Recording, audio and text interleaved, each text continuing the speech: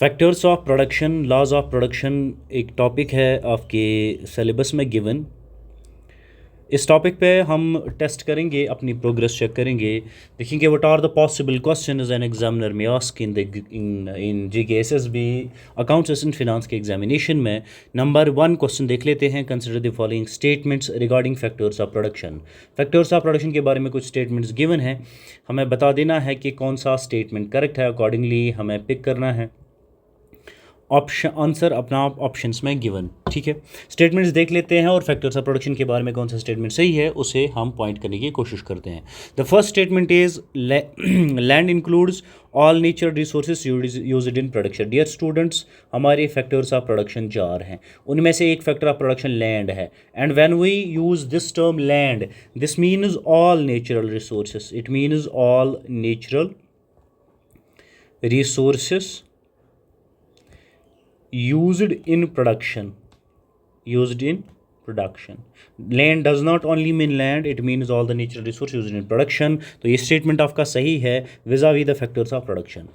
दूसरे स्टेटमेंट पे आ जाते हैं। Labour refers only to physical efforts made by workers. तो ये स्टेटमेंट आपका गलत है।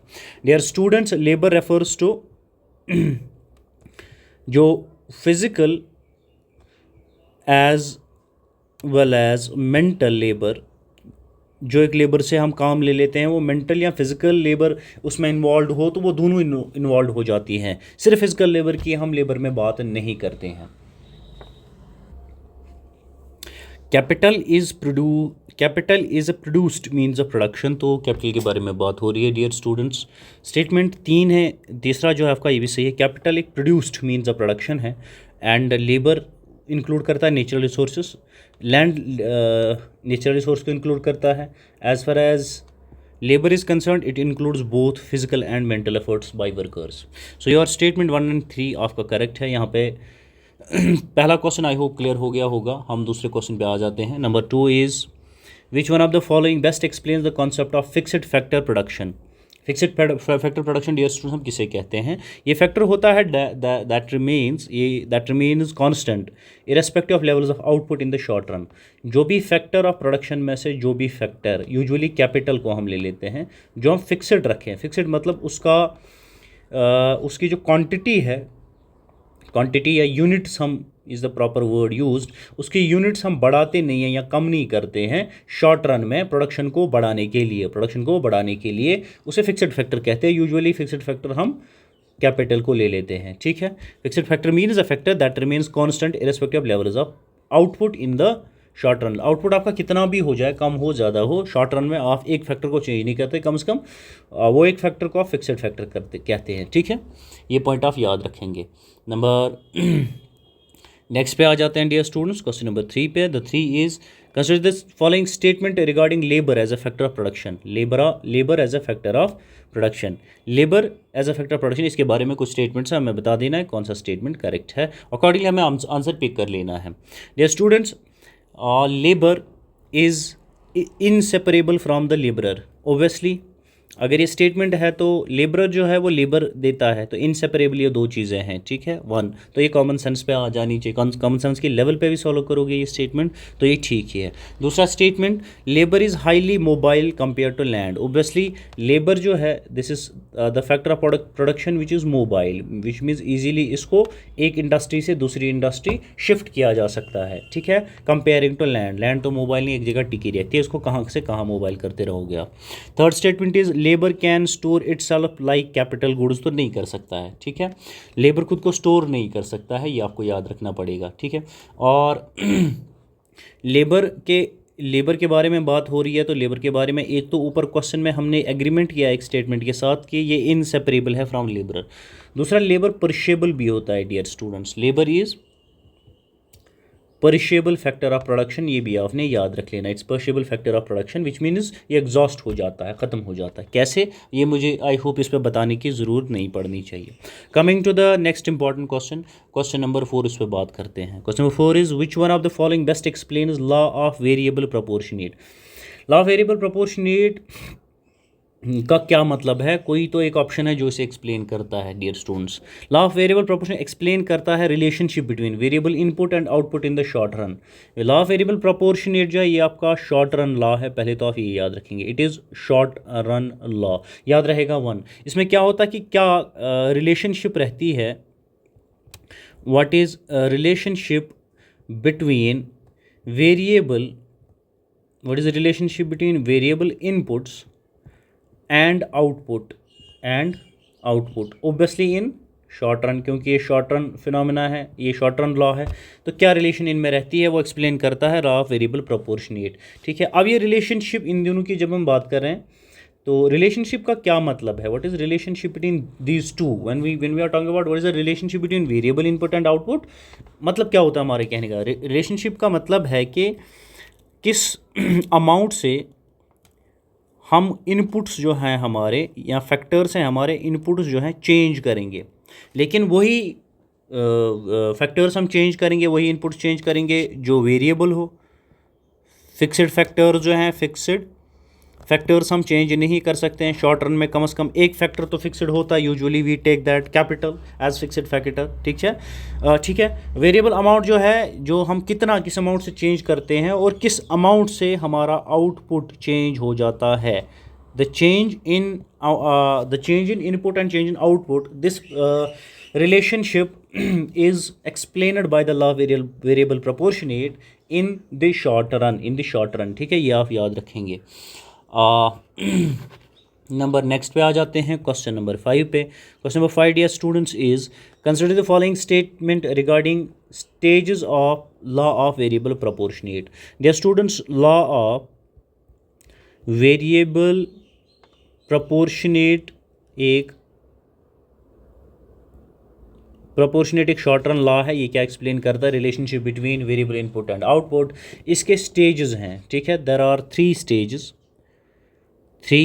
Stages in the law. उन 3 स्टेजेस के बारे में कुछ स्टेटमेंट गिवन है और हमें उन स्टेट्स में बता देना है कि कौन सा स्टेटमेंट सही, अकॉर्डिंगली हमें आंसर पिक कर लेना है। ठीक है, देख लेते हैं the first statement. In the first stage marginal product rises initially.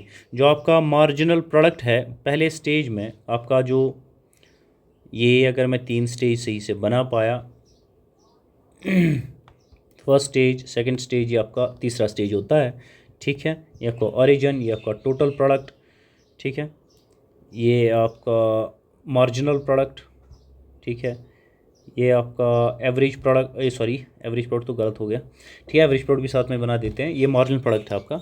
Initially पहले स्टेज में तो आपका मार्जिनल प्रोडक्ट जो है, ये वाली लाइन ये बढ़ रही होती है। ठीक है, मार्जिनल प्रोडक्ट आपका बढ़ रहा होता है पहले स्टेज में। In second stage marginal product decline is but remain is positive. Second stage में भी ये डिक्लाइन करता है, ये सेकंड स्टेज है, इसमें ये डिक्लाइन करना स्टार्ट कर देता है लेकिन पॉजिटिव रहता है। In third stage total product begins to decline. ये आपका थर्ड स्टेज है और ये आपका टीपी है, ये थर्ड स्टेज में डिक्लाइन करना स्टार्ट कर देता है। So all the 3 statements are correct. MP पहले स्टेज में राइज करता है, सेकंड स्टेज में आपका मार्जिनल प्रोडक्ट डिक्लाइन करता है लेकिन पॉजिटिव रहता है, थर्ड स्टेज में आपका टीपी डिक्लाइन करता है। ठीक है, ये सारी चीज़ें आपको याद रखनी है। What are these 3 stages of marginal product. एक तो आपका है increasing law of variable proportionate में जो तीन स्टेजेस हैं, वो 3 स्टेजेस डियर स्टूडेंट्स कौन कौन से हैं। एक तो आपका है इंक्रीजिंग, एक तो है आपका इंक्रीजिंग रिटर्न्स 1, दूसरा आपका डिमिनिशिंग रिटर्न्स, तीसरा आपका negative returns. These are three stages. ठीक है, ये 3 स्टेजेस है इस्लाम में।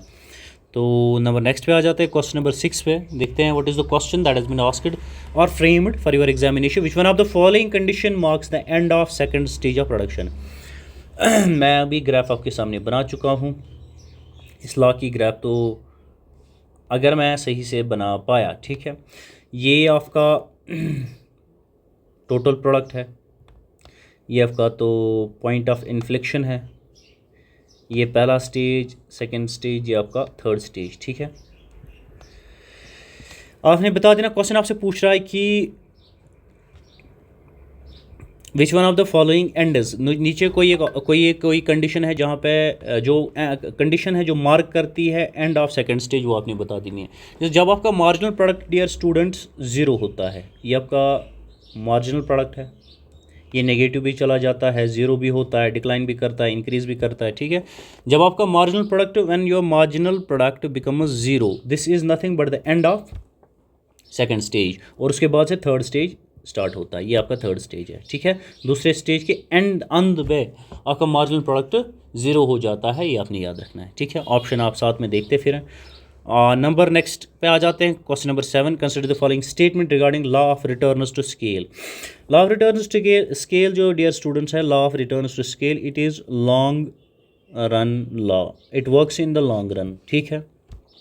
और लॉन्ग रन में कोई भी फैक्टर जो है डियर स्टूडेंट्स वो फिक्स्ड नहीं होता है, ठीक है। सारे फैक्टर जो है वो वेरिएबल होते हैं। क्या होते हैं? वेरिएबल, विच मीन्स जिन्हें हम चेंज कर सकते हैं। स्टेटमेंट देख लेते हैं। स्टेटमेंट नंबर 1 पे आ जाते हैं। It is a long run production function, तो बढ़िया इसी पे बात कर रहे थे। ऑल फैक्टर्स ऑफ प्रोडक्शन और variable in the law, long run में कोई भी फैक्टर फिक्स्ड नहीं होता, सब वेरिएबल होते, ये भी सही है। Increasing return scale implies output rises less than the proportion to the input, ये स्टेटमेंट गलत है।